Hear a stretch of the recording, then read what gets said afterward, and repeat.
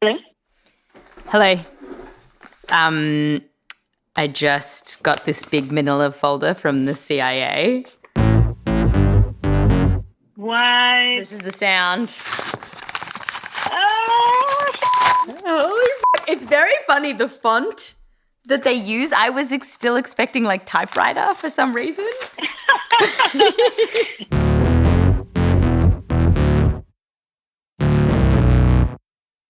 Hey, Wendy here with Science Versus from Gimlet. This week, we're finding out whether the CIA released a deadly pig virus into Cuba in 1971, leading to the slaughter of hundreds of thousands of pigs that would have otherwise been used for food. If you haven't listened to last week's episode, go back and do that now. We talked about the fact that the CIA was known to be meddling in Cuba at this time and that they had this virus, African swine fever, on hand. Today, I'm on the phone with my editor, Blythe Terrell, opening up a big envelope from the CIA. All right. It says, Dear Miss Zukerman, this is a final response to your 12th of August 2020 FOIA request. I love how they specify that it's final. They're like, you don't freaking call us again. Don't get back to us. Okay, it says we enclosed 25 documents totaling 79 pages. That seems like a lot. Oh my God. So the very first page is this highly redacted document. Is it redacted? Is that exactly what it sounds like? There's just thick black lines drawn through stuff? Yeah. There's bloody hell. On this document, the contents page is redacted. Like the contents page. Hey, so this is one of the documents from early July 71. So it says it was announced that the troops would be confiscating all pigs because of the African swine fever epidemic. The people were very angry, and by midnight, many had gatherings and started yelling anti-Castro slogans. So I guess they're just like noting what happened. Mm-hmm. Huh. All right. And then there's a document about African swine fever spreading. Yeah, they're talking about how many pigs were slaughtered. Okay. It totally shows that they had eyes on this. They definitely had eyes on this. So I've just flicked through basically the whole 79 pages, and the first paragraph of a lot of these documents is the thing that's redacted, which I suppose could be the sentence that's like, the pig virus that we introduced into Cuba. Oh, it's so frustrating. I mean, it's interesting, right? Like, they're like, coincidentally, the CIA is tracking the spread of this African swine fever Very closely. If they were just following it and had nothing to do with it, like what would need to be redacted from that document? Or like, what is the secret thing that they would need to keep back? Like, why do you care so much? Why do you care so much?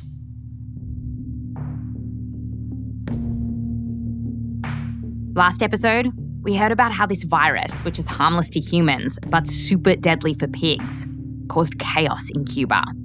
It was pandemonium. I mean, there was just a lot of people screaming, people fighting, but we didn't know why. I think I got something. Poisoning pigs, that's unconscionable. That wouldn't happen. These agencies are out of control. Today, we're finally getting answers. Did the CIA really do this? And it's coming up after the break.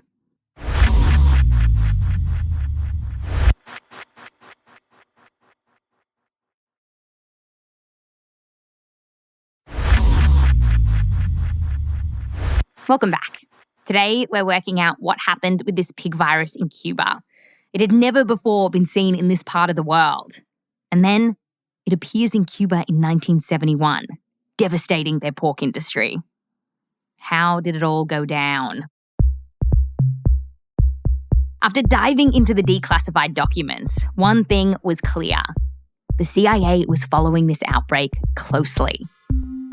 They had sources on the ground who told them that this virus and the way that the Castro government was trying to control it by burning all these pigs had created a pork shortage, and it was making people really pissed off at Castro. But with all the redactions, it was impossible to know if the CIA was just following this outbreak because they followed everything that was going on at Cuba at the time, or because they had actually planted this virus and were watching to see if their operation was a success. So the next thing I did was track down a former CIA intelligence officer who worked on Cuba around the time of the pig virus outbreak.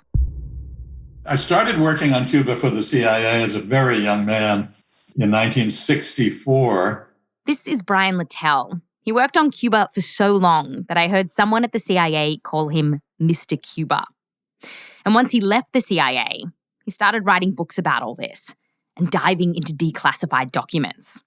For just one of his books, I read at least 40, maybe 50,000 pages. Oh my gosh. Of declassified documents. So Brian, he knows his stuff.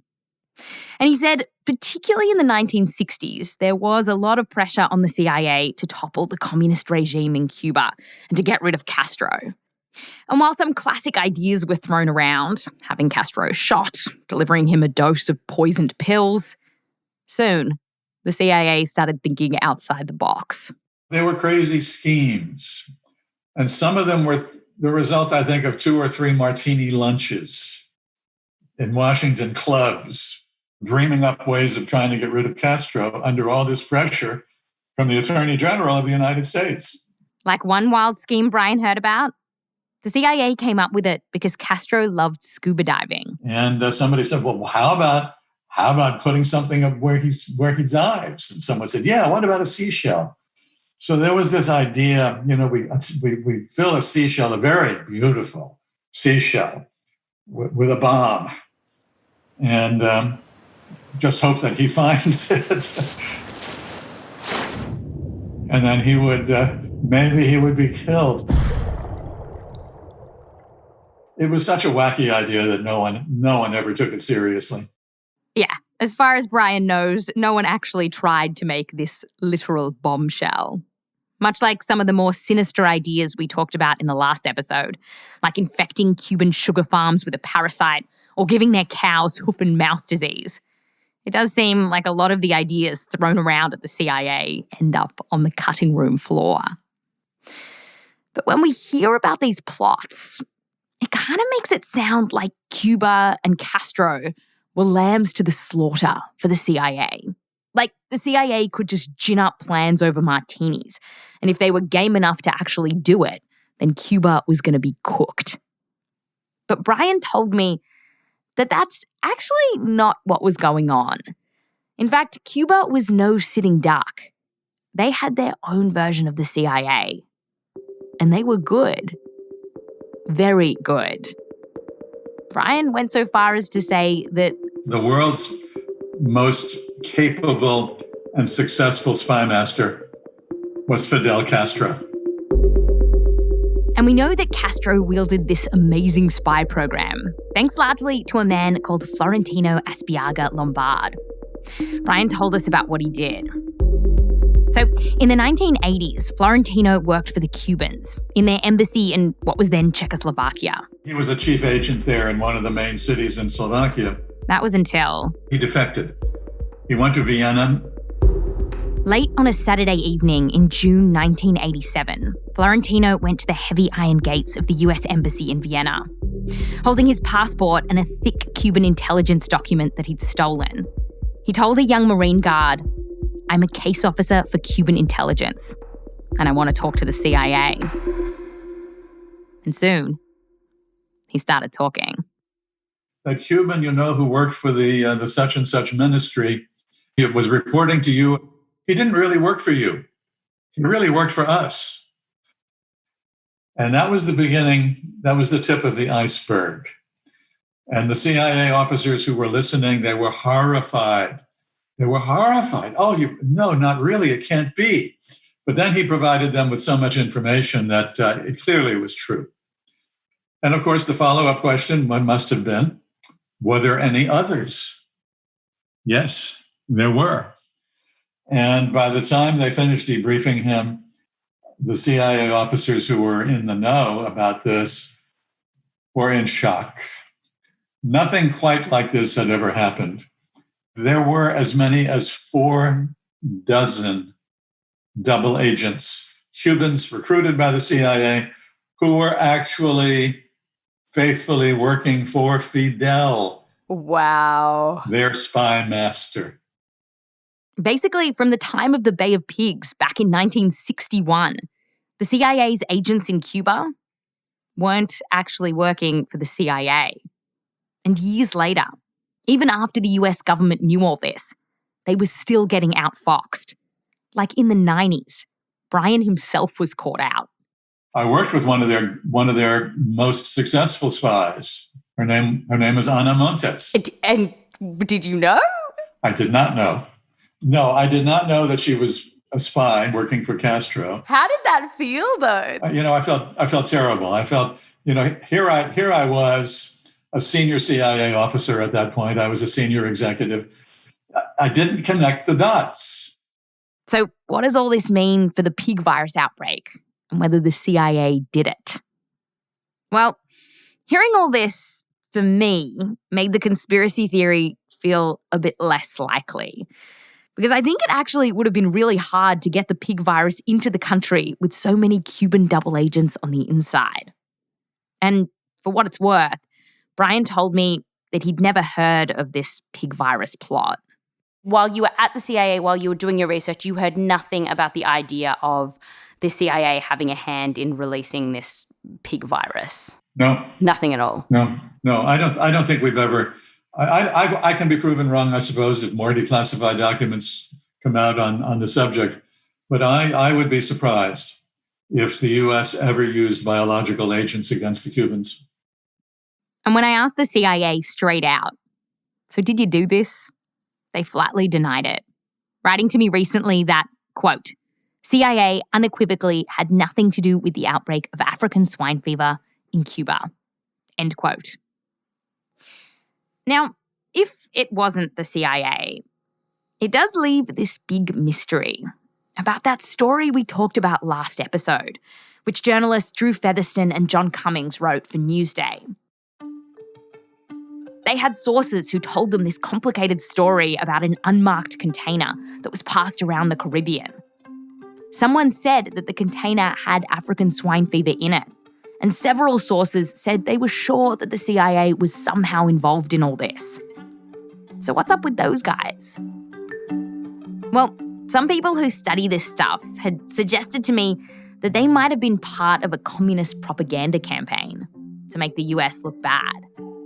This kind of thing was happening during the Cold War on both sides. Like, the Russians spread a rumor around Africa that the US Army had invented AIDS. So maybe the Cubans planted those sources for Drew and John to find. And then they got played. And basically, so did I. I asked Drew Fetherston what he thought about this. I would say, I would doubt that strongly, only because, or principally because, we asked people about it who were devoutly anti-Castro.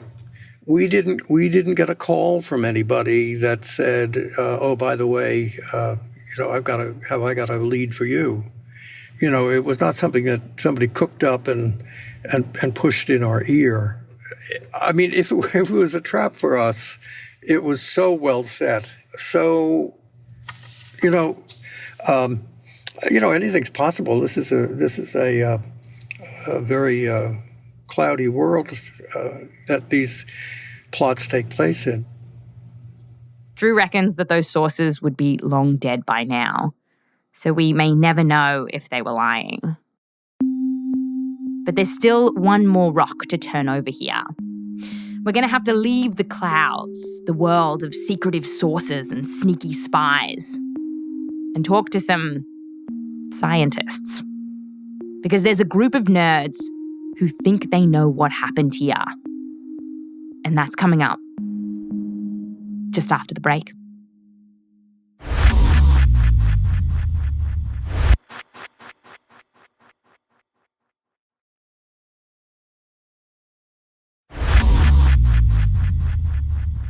Welcome back. So, we've mined the CIA for all they could give us, talking to ex-agents and trawling through their declassified documents. And there's no smoking gun here. We've also peeked into creepy government laboratories and found a lot of dodgy stuff, but nothing that squarely points the finger at the CIA. Well, there was one place left to look. So while we're stuck at home in our pandemic, it turns out that there's another pandemic going on. A pigdemic of African swine fever. And it's huge. A global outbreak of African swine fever could kill 1/4 of the world's pig population. The disease has spread across Asia and parts of Europe. Northeast China has reported an outbreak of the African swine fever. Laos recently reported its first case of African swine fever has hit the Philippines. Is this the biggest outbreak of African swine fever that we know of? Whoa, it's unprecedented, yes, definitely. This is Professor Mary-Louise Penrith, our African swine fever researcher from South Africa. We met her last episode. And she reckons the story of how this current pandemic started could help us uncover what happened in Cuba. So let's dive in. Mary-Louise said that this African swine fever pandemic actually began in 2007, when seemingly out of the blue, the virus got into the Republic of Georgia. And from there, it began spreading across Europe and Asia. And Mary-Louise was part of the team tasked with finding out how the devil this virus got into Georgia. Yeah. It's never been in Georgia. And so it must have come from somewhere else. So you're like a detective to try and find out how African swine fever breaks out. Yeah, it's detective work. Usually I'm part of a detective team. Their first step was trying to find out where the very first pigs got sick. So they pulled out a big map of Georgia and noted the infected farms, and then went to them one by one, asking the farmers, where do you buy your pigs? Where do you sell your pigs? How do you manage your pigs? And then, just go from farm to farm to farm. Basically, this is pig contact tracing. And after doing this for several weeks, they found something near some of these farms, a possible clue. And it was a giant pile of trash. Kind of an open rubbish dump. In Georgia, a lot of pig farmers let their pigs roam and scavenge. And people told Mary-Louise's team that they'd seen pigs rooting around and eating stuff in this trash dump. And that was interesting to the team because that dump, it was right next to a busy port on the Black Sea where ships were constantly coming and going. So it was mainly cargo ships which go anywhere and everywhere all around the world. And when scientists saw that land waste near the port, what do you think went through their minds? Well, I think what went through their minds was, is the ship waste dumped here? Is the ship waste dumped here? Okay, so here's what these nerds are thinking. They know that African swine fever is endemic in some parts of Africa. It's just always infecting pigs there. They also know that this virus can survive for a long time in infected pork or ham. So what if a ship was sailing from one of those places? And for lunch one day, say a sailor had a tasty ham sandwich with ham that was infected with African swine fever. Let's say this sailor, Christina, wasn't that hungry. So she threw her ham sandwich in the trash. And once the ship went to port, the sailors then dumped their waste on that big open rubbish dump. A hungry pig had a nibble and got infected. Then it started spreading. The virus took off. Pigs running around Georgia spread it from farm to farm, and so did people, probably tracking the virus on their shoes. Within months, more than 80,000 Georgian pigs had died or were destroyed. Now, from Georgia, the virus spread far and wide with the help of wild boars that roam throughout Europe. Professor José Sánchez-Vizcaíno, one of the top African swine fever researchers in Spain, told me that boars often like to pop into farms they come across. For a wild boar to go to a domestic farm is like to go to a discotheque, you know? Yes, they have food, they have drink, they have ladies.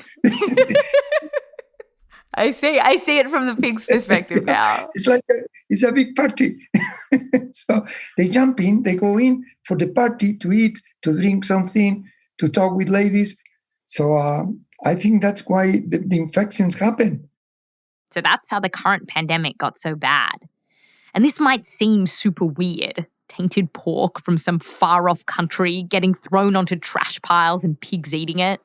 But José, as well as Mary-Louise, told me that many outbreaks of African swine fever over the last few decades have been traced back to this kind of thing. Trash coming from ships or planes. Absolutely, absolutely. So they give all this garbage to the pigs. So given all this, when it comes to what happened in Cuba, Mary-Louise thinks it's much more likely that the virus accidentally made its way into the country. Say a plane could have had some tainted pork on it, and that pork was carelessly dumped somewhere where a pig could eat it. So for Mary-Louise, she's not buying the CIA story. I don't know, it just doesn't seem likely to me. Doing it purposely seems to me much less likely than actually it happening because of careless pig farming. Because we know we have all these examples in at least modern history where it happened that way. So why go to the conspiracy theory? Is that? Something like that, yeah. Something like that. Because the other thing that would make me very dubious about this is that I don't think that African swine fever has ever actually successfully destroyed a pig industry.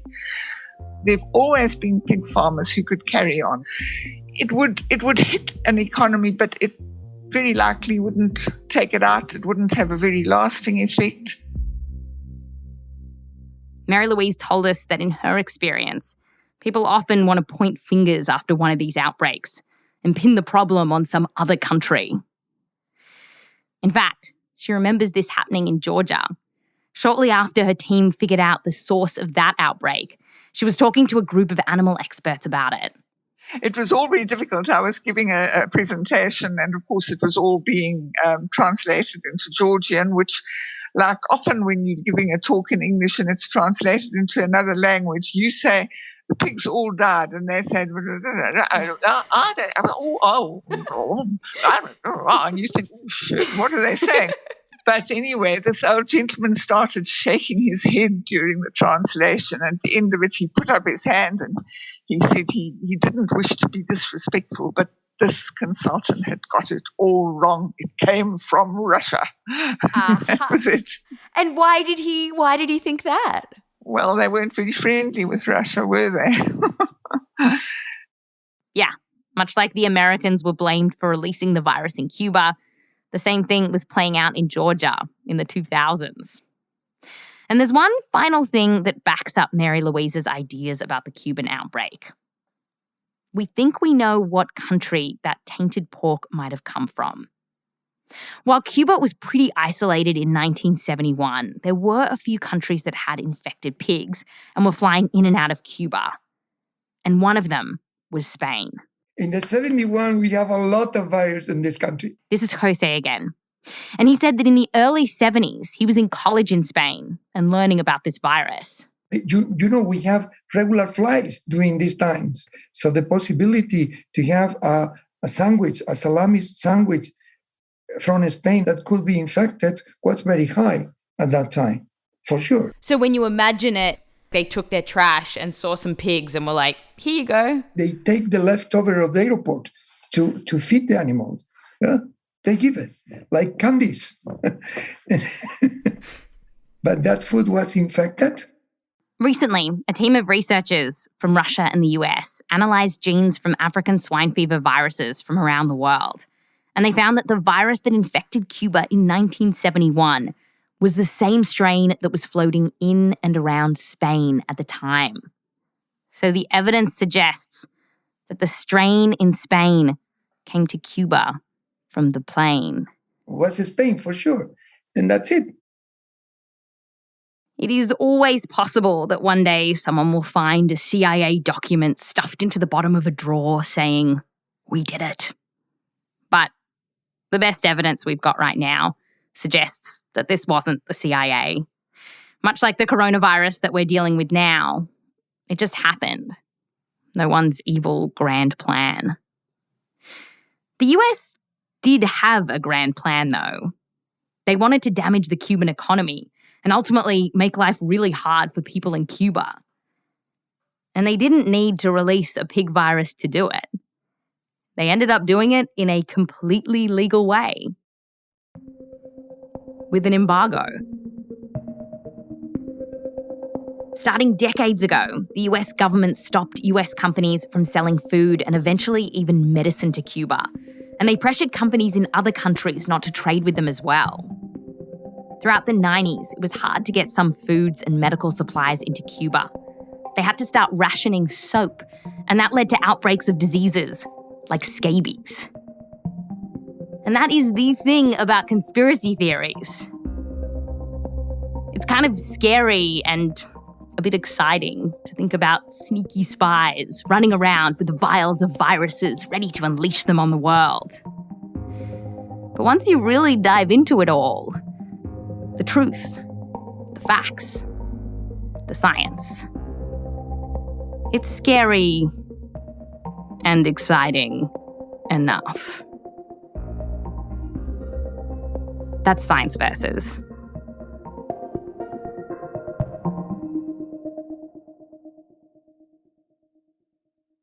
And if you're new to the show, welcome to Science Versus. If you want to hear more about episodes where we dive into mysteries, then we reckon you should check out our pretty recent episode, which is called Hunting an Invisible Killer, as well as The Mystery of the Man Who Died Twice. Plus, a few of our other favourite episodes are Placebo, Can the Mind Cure You? Just check that one out.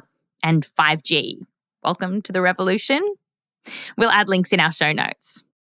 And for everyone, while you're looking at our show notes, we have a Science Versus survey there that we would love you to fill out. If you just dabble in Science Versus, listen every now and then, or you're a big fan of the show, we really, really want to hear from you. We want to hear what you love about the show, what you don't love so much about the show, because we want to make it bigger and better. So please click on the link and fill it out, and I will be your best friend forever. Best friend not included. Finally, if you want to know more about anything that you heard in these pig virus episodes, as always, we popped the link to the transcript in the show notes, and it is full of citations. So have fun. A huge thanks to Dan Guillemette and Rebecca Ibarra for telling me about this pig virus story. They were working on WNYC's podcast Scattered at the time, which is a really great podcast. It's called Scattered. Go check it out. And if you want to know more about ex-CIA agent Brian Latell's work, his latest book is History Will Absolve Me, Fidel Castro, Life and Legacy.